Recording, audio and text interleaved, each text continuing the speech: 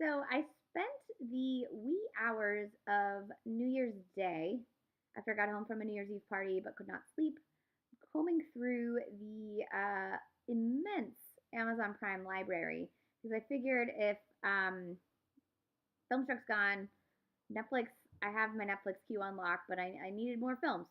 So I was like, I've got Amazon Prime. Let's go through this. Let's find the films by women. I found a lot.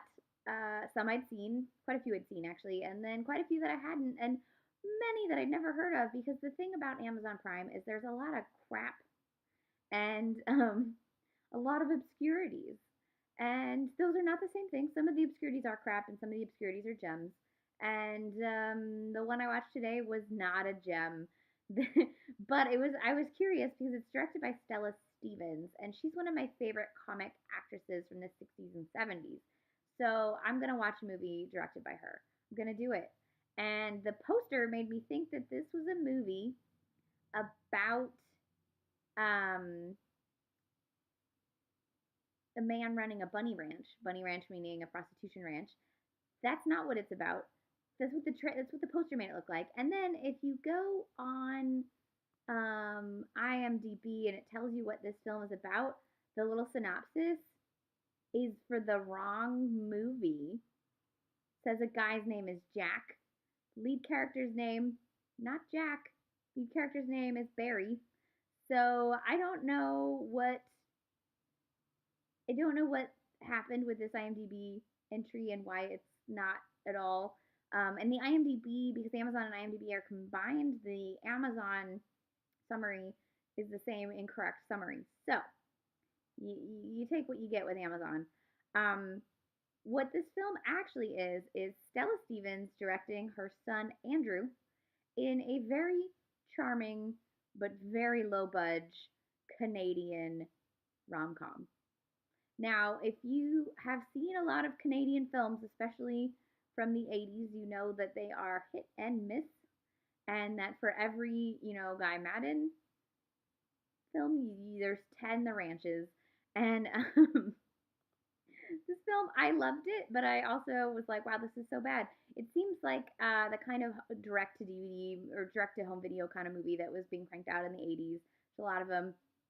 Um, So, if you're a fan of those kind of movies, especially if you're a fan of low budget Canadian fare, you'll probably like this because low budget Canadian fare of this ilk all feels the same. But essentially, Andrew Stevens plays a man named Barry who is a executive at a company who created some mouthwash that has bad side effects. And this causes the entire business to crumble, including a not great joke about the CEO of the company jumping out the window. He discovers that his wife has left him, has taken the car, that his landlord has sold the apartment, that he's got to go. However, he's also discovered, because that's how these stories always work, he's just inherited some property in Canada. So he moves to Alberta to this rundown ranch where he discovers that his uncle won it in a night of gambling, and that he won it, abandoned it, and they owe 10 years worth of back taxes. So he has fallen in love with the country and enjoys the staff, and he's trying to figure out how to save the ranch. This is when I thought it was going to turn. He's going to turn to prostitution. This is not what happened. He decides to turn it into a health spa, dude ranch health spa kind of thing, um, sort of hey dude, if you will.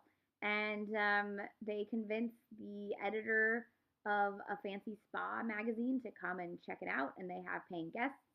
And the rest of the movie is just these like women enjoying their time in the mud, and the editor of the magazine falling into poop, like horse poop, over and over again. And then, but of course, the Canadian government will not forget their back taxes, and so they have one final, thing to overcome to get the back taxes paid, and then everyone has to couple off because that's how movies work.